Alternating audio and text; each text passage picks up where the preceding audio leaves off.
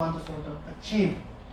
One is you guys, as part of the journey, hopefully in terms of entrepreneurial assessment or appreciation, you have that one, okay?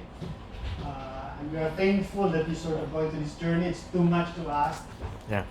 You are the researcher and at the same time going into this entrepreneurial journey. The second part is you have something other than yourself also. You have something that's quite valuable as well. New technology that either you are part of the BPO or you as the researcher who actually developed the technology. And we want the technology to become a product or services that hopefully we Filipinos get to benefit from. Because it's our taxes that are funding it. So we'd like to be part of that journey on translating your technology to become a product or a service that we Filipinos get to benefit from. So far this is the tool that we have to see where you are at or where you are going to go through. In one axis, in one part would be your progression in terms of the technology. Okay? So you have the technology readiness. Okay? And on the other part, even though your technology has progressed far, from proof of concept to prototype development to simulated environment to actual operational environment, so on and so forth, it's not an assurance that it becomes commercially viable. We need to take a look at the market side. Basically, the investment readiness is that the market plus the business model aspect of it. So you get to see it here, okay, from just coming up in an initial business model, okay,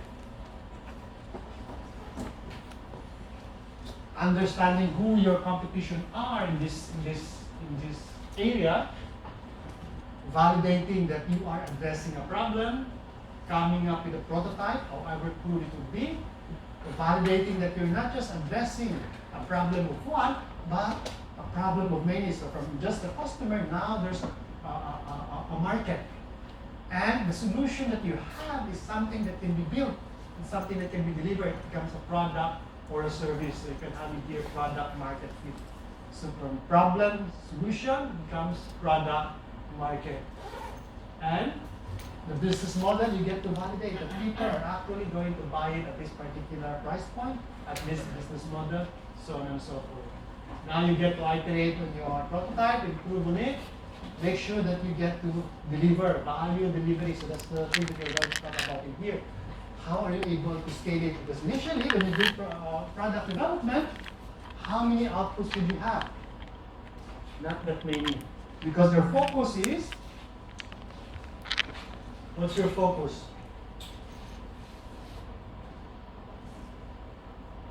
For this someone, for that particular customer, or more customers, but not just the market, to see the value. You have to showcase something that the value is there. You might call it the minimum viable product, okay? But you don't need to bring out as many. But over time, you need to. Because if you're going to ask for investors, they're going to look for it. How are you going to sustain your enterprise? And they need to have returns as well. It won't be a one-off one. You need to grow. That will be their catchphrase. How are you going to grow your business? How are you going to grow my investment? How is it going to become a 10 times return, so on and so forth. So you need to scale. Okay? So we'll take a look at that one. Go ahead. My question is from the perspective of the university, helping the faculty researcher determine the TRL and IRL. For example, in our university, there's the tech transfer office, and there's a business incubator. So sometimes we do not know who will really do that job in helping the faculty. Is it the tech transfer office or the business incubator? If we have some overlaps in the hierarchy, in the job description. Okay, that's a good question. So the logistics So for tech transfer officers, what's your visibility in terms of the market reach or the market sort of attempts to create? So from the startup attempts to create traction in the market, what's your visibility on that one? Do you have visibility on those? We use we ask the help of the College of Business to help us in that market research.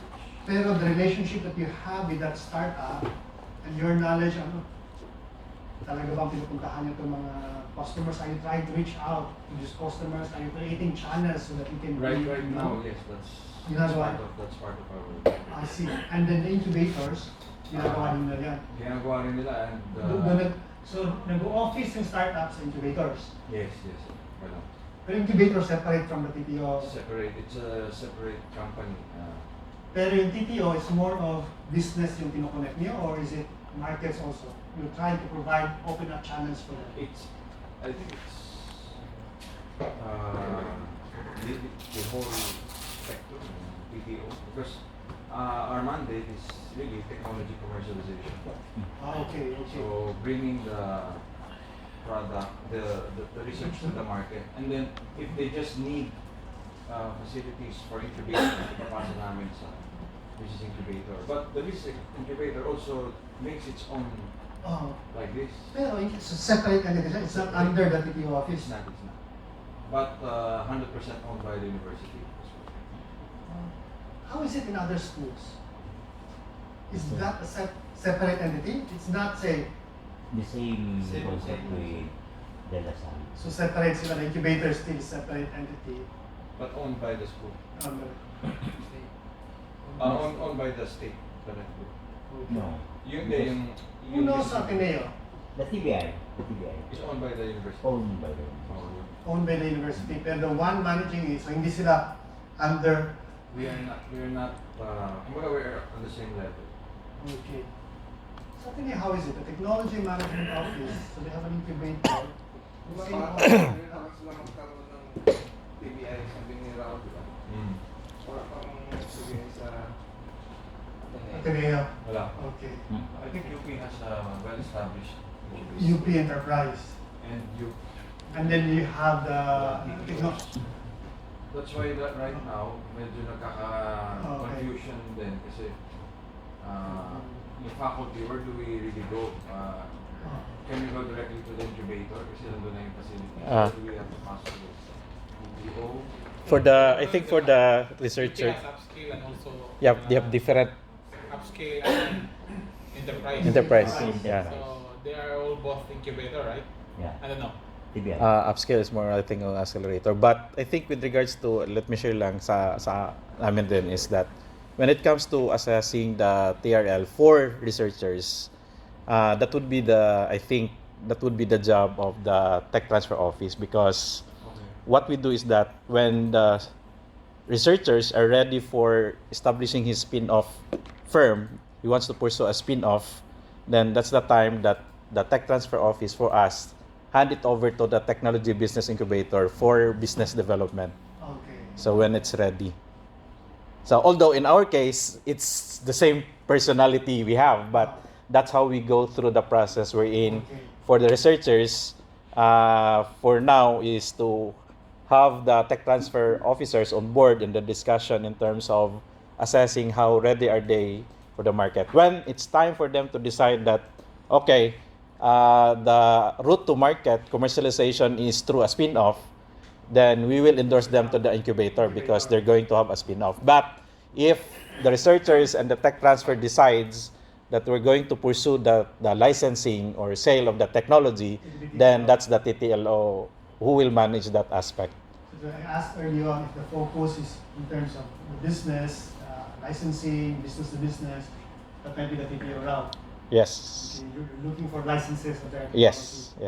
But if they decide to form their own company, organization, then yes, that will become the concern of the technology business incubator now to grow. Yes, but the IP belongs to the school, so Yes. may full control ang university TTO on that. Yes. Parang hinahand over lang sa TBI yun, but in fact, the school has... Yes, that would be like providing incentives to the researchers if they would venture to a spin-off, because that's part of the tech transfer now. And then in exchange, either the university and license that out to that particular spin-off company in return with the royalty, the arrangement. So the TTO now, so when you do the research, the stage gate will be the TTO, whether you're going to license it or you're going to sort of set up your Yes. own Yes, as representative of the university, as owner, in terms of ownership, because so yeah. when if they decide that they're going to have a startup, they set up the incubators, you get support of the incubator, the TTO still goes in there in the sense that they're the ones, they're the party for the University, IP that yes. sort of goes Yes. with the startup. Yes. But I think a related question also for this one is that as they move forward in their journey, who gets to track where are they now?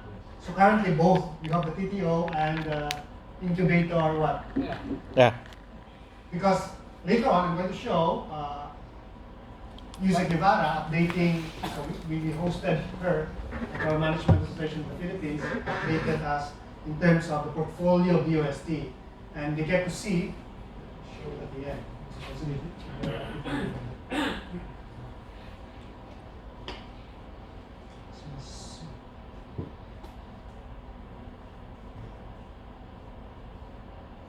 So this is a from her presentation. So we hosted her last June 24. So you can see in here the different DOST technologies and where they are in terms of technology readiness level Yes. and the investment readiness level. As to the question on who gets to decide that, okay, this one is already in here, Yeah. I don't know. Okay?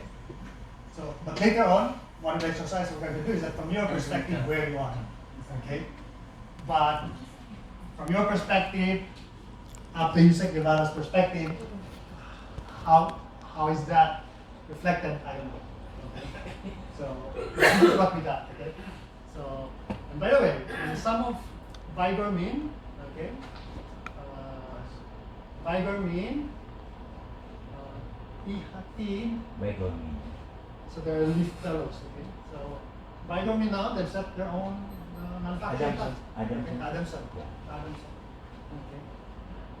So, and we're going to do the thumb. You are going to see Pinakain ka where ng masarap doon sa... Maganda daw yan. Pinakain mo sa baboy tapos wala nang amoy sa baboy. Actually, what the listeners are doing to us is closely monitored us. We have to update them. update them. Yeah. All the Is part of the update telling them, okay, where you are in the Yes. TRL. Yes. Okay. So probably Lasalle also does the same thing. Actually, that's with LaSalle also because we always go to LaSalle and update. Okay. In fact, may mga project, vlog namin hindi ko na Dami na palang ano, lahat UP. UP ba? Bayot. Biotech. May catch or ano? Readiness. Eh, no catch. Hindi naman puro yun.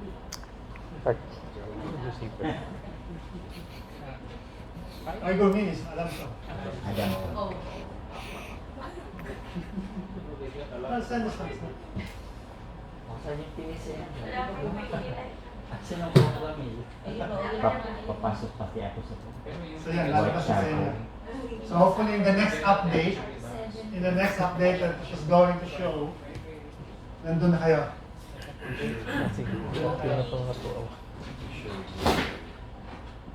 So what we did was that we hosted some, so she showcased some of the startups in our general management meeting.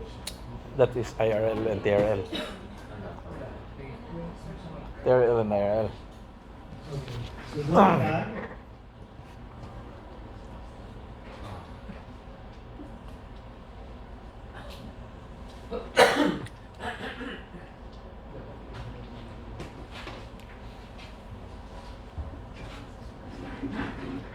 So, okay, Chris, does that, in terms of how Jeffrey was able to frame it, does that help your organization or? We will talk later. Yeah. But that's Yes, sir. It's very critical. I think that's very important to talk with because researchers are waiting. Everybody's wait and see. Oo, like in us, wala pa po yung TPO, TRL, wala pa yung mga TBI. So, learning from these guys is helpless. Kasi sir, kung pareho yung tingin namin, okay lang. Pero kung Iba yung iba yung tingin Kung namin guess to be followed. sa incubator. So, Yeah, I think that would be very helpful to define the scope of yes. the responsibilities of each offices. Because they operate differently. They have the incubator who manages the different person manages the incubator and the tech transfer as attorney. So meaning to say, can we put some like a boundary wherein when are we going to do the handshake in terms of endorsing these R&D outputs by the researcher to the incubator? And yeah, well, if for us in the university, if the researchers decide to have their own startup, to have the spin-off, and then yeah, so we endorse them now to the incubator, Which is the same. which is The same. which is I have, The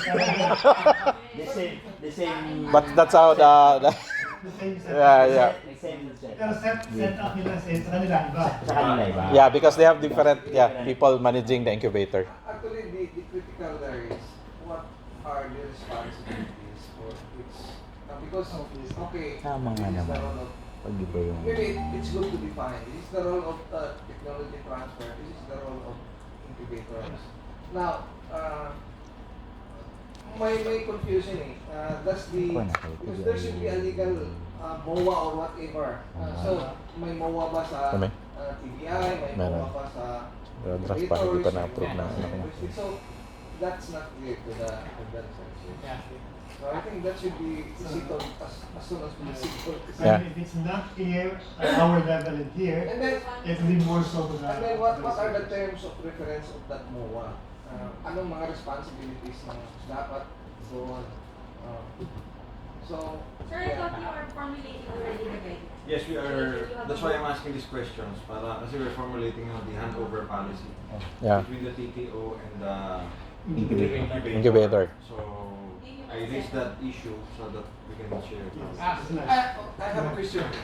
What's the power of your incubators? The power, sir, by the power vested in the incubator. Now, sir, Power of the PTO because siya din. Sa incubator lang, sa TTO, alam ko the power.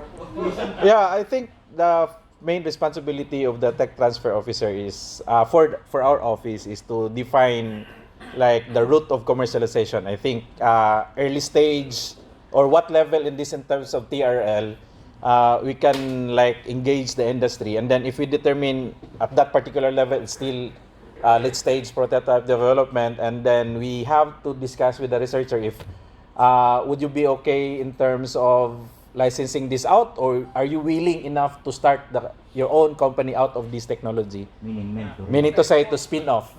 Mentoring. You see, you are the one to engage The tech transfer officer. The tech transfer will be the one to engage the industry. Yes. Yes. So, yun nga. To help in the engagements with the industry, because sometimes investors have made partnerships already with the industry, but to protect the interests of the university, tech transfer will come in because he has to make sure that the interest of the university, of course, will be like protected as well. But the specific engagement for this one is that when you engage with the industry, it's for the licensing. It's for the licensing. So Yeah, finding partnership through licensing route. Okay. It's not that the client, industry client. No, it's for licensing, like arrangement. Because they own the IP for the. Yes, because the university still owns the IP, so the tech transfer office will negotiate for licensing agreements. So if they decide to become a company themselves, the incubator within the Yes. help them, and they might engage the industry as well. Okay. Yes, but Following on that, kasi nabigay mo na sa incubators kung gusto ng researchers na mag-spin-off sila.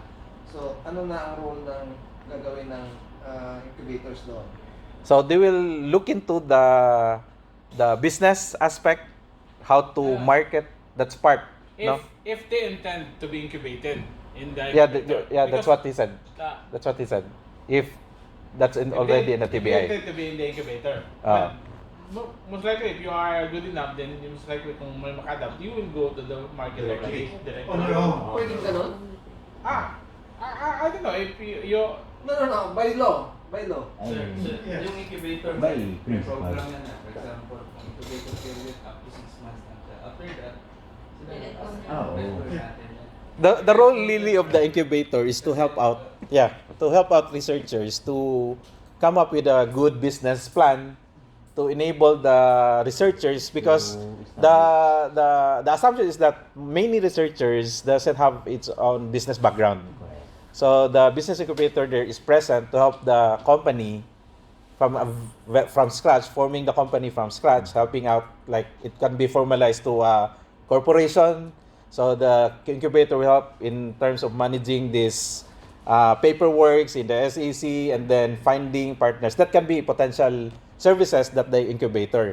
But I will argue tech transfer can also do that.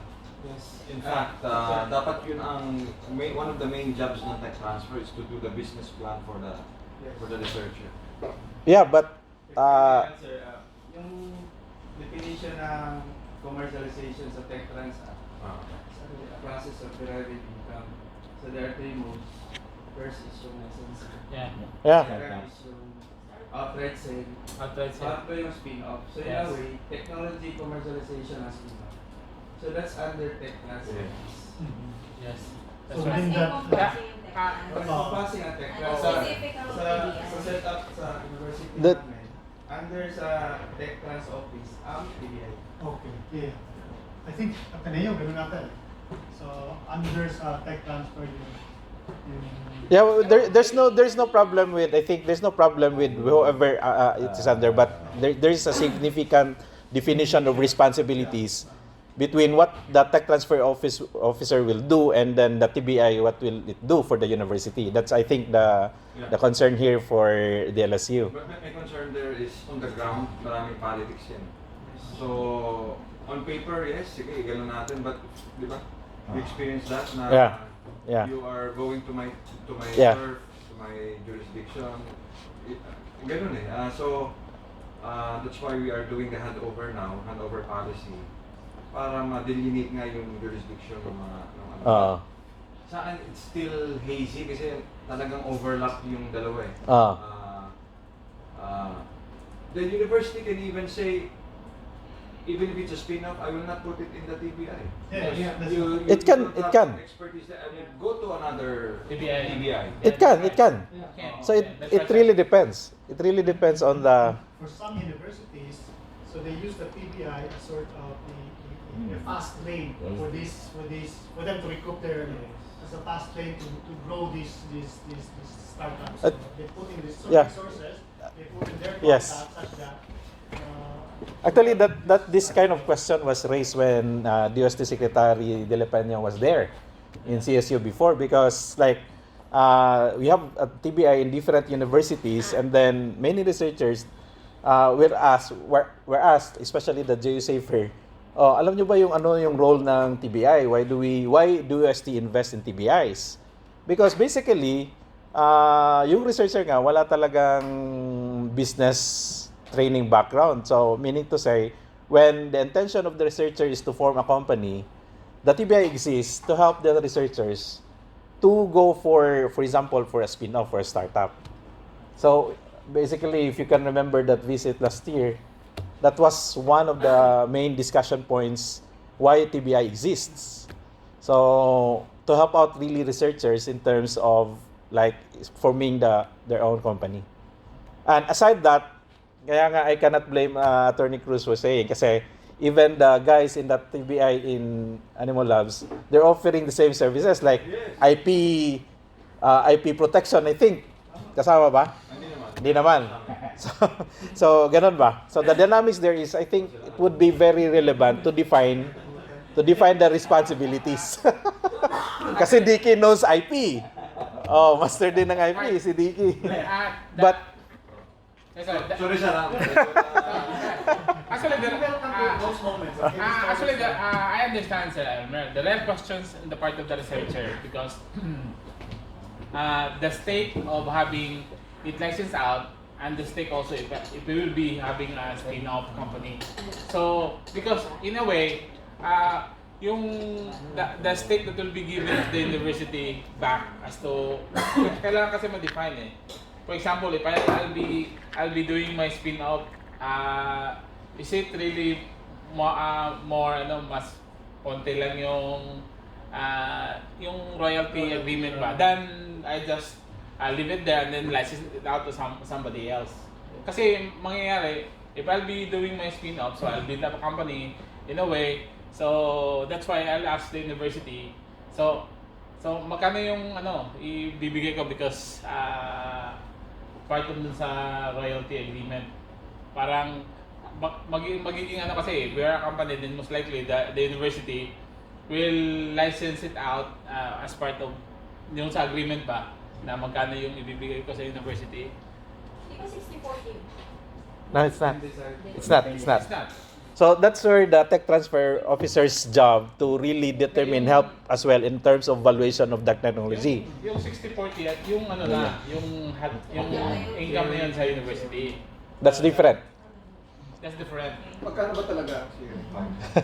Sir. It depends on Sige sir, 60-40 pag sa amin. So very exciting.